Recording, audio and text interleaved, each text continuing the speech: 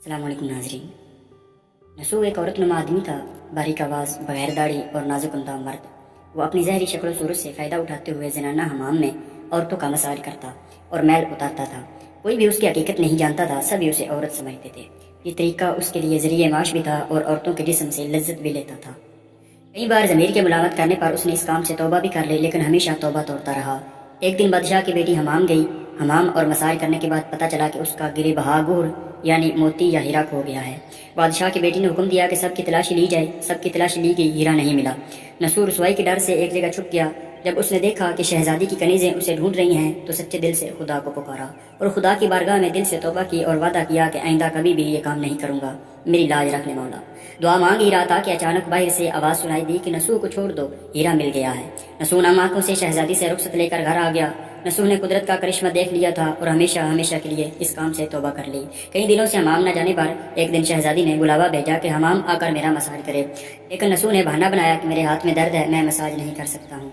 नसूह ने देखा कि इस शहर में रहना उसके लिए मुनासिब नहीं। सभी औरतें उसको चाहती हैं और उसके हाथ से मसाज लेना पसंद करती हैं। जितना भी गलत तरीके से माल कमाया था सब गरीबों में बांट दिया और शहर से निकलकर कई मील दूर एक पहाड़ी पर डेरा डाल कर अल्लाह की इबादत में मशगूल हो गया। एक दिन उसकी नज़र एक भैंस पर पड़ी जो उसके करीब घास चर रही थी। उसने सोचा कि ये किसी चरावे से भागकर यहाँ आ गई है, जब तक इसका मालिक ना आ जाए तब तक मैं उसकी देखभाल कर लेता हूँ।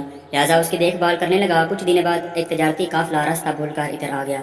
जो सारे प्यास की शिद्दत से ढालते उन्होंने नसूह से पानी मांगा। नसूह ने सबको भैंस का दूध पिलाया और सबको सैराब कर दिया। काफिले वालों ने नसूह से शहर जाने का रास्ता पूछा। नसूह ने उनको आसान और नज़दीकी रास्ता दिखाया। नसूह के इखलाक से मुतासर होकर ताजिरों ने जाते हुए उसे बहुत सारा माल बतौर तोहफा दिया। नसूह ने उन पैसों से वहाँ कुआं को दुआ दिया। आहिस्ता आहिस्ता वहाँ लोग बसने लगे और इमारतें बनने लगी। वहाँ के लोग नसूह की बड़ी इज्जत और एहतराम की निगाह से देखते थे। रफ्तार रफ्तार नसूह की नेकी के चर्चे बादशाह तक जा पहुँचे। बादशाह के दिल में नसूह से मिलने का इश्तियाक पैदा हुआ। उसने नसूह को पैगाम भेजा कि बादशाह आपसे मिलना चाहते हैं, मेहरबानी करके दरबार तशरीफ ले आएं।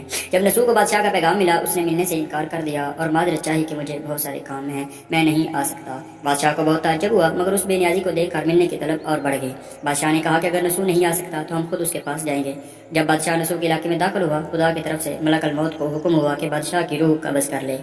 चूँकि बादशाह बतौर अकीदतमंद नसूह को मिलने आ रहा था और राया भी नसूह की खूबियों की गर्विदा थी, इसलिए नसूह को बादशाह के तख्त पर बिठा दिया गया। नसूह ने अपने मुल्क में अदल और इंसाफ का निज़ाम कायम किया। वही शहजादी जिसे औरत का भेस बदल कर हाथ लगाते हुए भी डरता था, उस शहजादी ने नसूह से शादी कर ली। एक दिन नसूह दरबार में बैठा लोगों की दादरसी कर रहा था कि एक शख्स वारद हुआ और कहने लगा कि कुछ साल पहले मेरी भैंस गुम हो गई थी, बहुत ढूंढा मगर नहीं मिली, बराए मेहरबानी मेरी मदद फरमाए। नसूह ने कहा कि तुम्हारी भैंस मेरे पास है, आज जो कुछ मेरे पास है वो तुम्हारी भैंस की वजह से है। नसूह ने हुक्म दिया कि उसके सारे माल और दौलत का आधा हिस्सा भैंस के मालिक को दिया जाए। वो शख्स खुदा के हुक्म से कहने लगा है, नसूह जान लो, ना मैं इंसान हूँ और ना ही वो जानवर भैंस है, बल्कि हम दो फरिश्ते हैं, तुम्हारे इम्तिहान के लिए आए थे। ये सारा माल और दौलत तुम्हारे सच्चे दिल से तौबा करने का नतीजा है। ये सब कुछ तुम्हें मुबारक हो।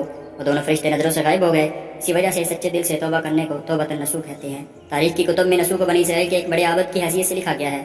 नसूह रिज़्क़ कमाने के लिए अल्लाह का नापसंदीदा काम किया करता था। जब वो काम अल्लाह के खौफ की वजह से छोड़ा तो अल्लाह ने रिज़्क़ के असबाब पैदा किए और बादशाह तक अता कर दी। हराम तरीके से लज्जत हासिल करना छोड़ा तो अल्लाह ने निकाह में शहजादी दे दी। अल्लाह ताला सबको तौबा करने और तादा मर्ग इस तौबा पर कायम रहने की तौफीक अता फरमाए।